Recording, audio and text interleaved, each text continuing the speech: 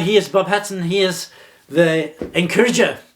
I'm glad that you joined me again because this is so an exciting story. We've seen that Jesus was preaching on the mountain. He preached his so-called Sermon on the Mount. The people are so excited when they hear him. And they say he is speaking as one who has authority, not like one of the scribes.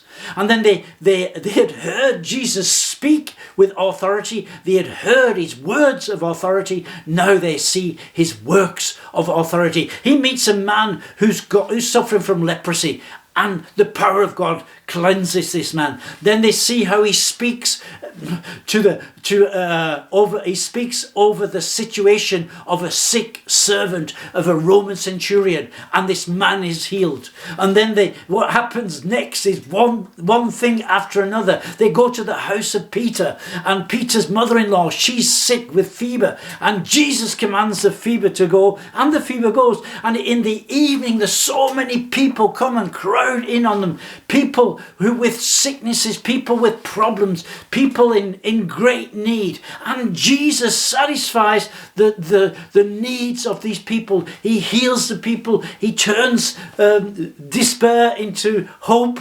And wonderful things are happening. And this section ends, and it says, that is so that the prophecy of Isaiah might be fulfilled. That is, that he took our sicknesses upon himself. That's from Isaiah chapter 53. And Isaiah chapter 53 is a prophecy in the Old Testament. It actually tells us how Jesus would die. It's a story about somebody dying on the cross and what was also happening when Jesus died on the cross. The only thing is that this prophetic word, Isaiah chapter 53, was written 800 years before Christ came to earth. That is something, that is quite something. And there are many other prophecies in the Old Testament that point to Jesus and shows how he was going to live. Now he'd be born in Bethlehem, for instance, or he would be betrayed by a friend, that they would cast dice for his clothing, and so on and so forth. That none of his bones would be broken, and that he would be given a grave that didn't belong to him, and so on and so forth. It's absolutely fantastic when you think about this. The proof that Jesus was sent from God and that God announced his coming hundreds of years before his coming is such a heavy balance of evidence to prove that Jesus really is the Christ, the Son of the living God. But let's go on, because the next things we see, they're on the Sea of Galilee, and a storm comes, and the boat almost sinks, and Jesus commands the storm to be quiet, and there's peace over the water. The storm dispels, and the disciples are amazed, and they ask a question. They look at one another and they said, what kind of a man is this, that even the wind and waves obey him? Then when they get to the shore, Jesus is met by the leader of the local synagogue, who asks him to come and visit my daughter, Jesus, because she's very sick. So Jesus said, okay, I'll come. And they lead the way, and there's many people. And amongst this crowd, there's a woman who is suffering from a bleeding for 12 years. And she's given all of her money to the doctors, and the situation has become even worse instead of becoming better. But somehow she's heard about Jesus. She's come into his knee, and she said, if I could just touch the hem of his garment, then I'm sure I'm going to be healed. And she has to fight her way through. She shouldn't have even been amongst this crowd, because according to Jewish law, she was unclean. But she gets to Jesus. She gets into touching distance. He touches the hem of his garment. Boy, she is healed. And Jesus even says to her, your faith has made you whole. But they've wasted some time. They've lost time, and they continue on the journey to Jairus. So that's the name of the synagogue, the leader of the synagogue. They continue to go to his house. But before they get there, people come to him, and they said, don't bother the master, because your daughter is dead. Jesus says to Jairus then, he says, don't worry, she's just gone to sleep. She's snoozing.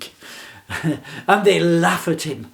But they go into the house and Jesus wakes this girl up from the dead. He raises her from the dead. This is Jesus, the King of the kingdom. But the story continues. It's so fast, this story. The next thing is that two blind people come to Jesus. He gives them the sight back. Then a person comes who is a dumb mute, and Jesus gives him hearing and he gives him speech. Wow, this is something, he spoke with a man who has authority, like a man who has authority, and now his works are showing that he has authority. This is the kingdom.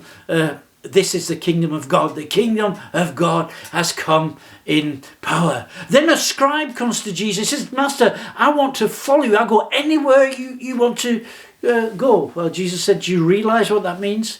Because I don't have anywhere where I can put my head. Foxes can have holes, they can live in the grounds.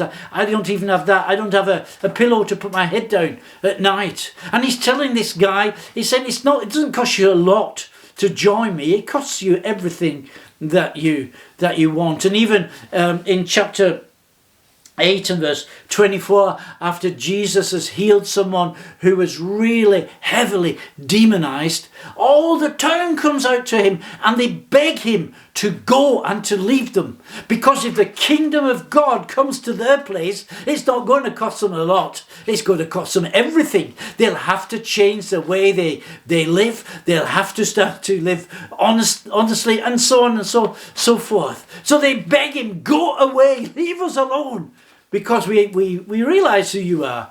You are a king of another kingdom. And if you come here, I suppose the Romans will come after you. We don't want that.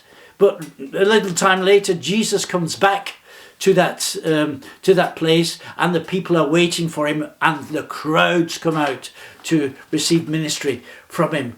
Whoa, I'm tired from all this excitement, what's going on here. All these stories, what are happening. The king has come, and he's come not just with words of authority, but also with works of authority. That he's turning despair into hope. That he's turning disbelief into faith. Dear friends, I don't know where you are today. Perhaps you're going through a difficult situation yourself. Perhaps you're in a difficult place at the moment. I can only advise you to look to Jesus and to ask him to help you to develop a life of faith, and just pray over your situation now. Lord, your kingdom come in my life. Your kingdom come in this difficult situation. Your kingdom come in my workplace. Now, your kingdom come where you see my kids are going wild. They're becoming very difficult. Your kingdom come, and yeah, Lord, your will be done. And perhaps you'd like to give your life to Jesus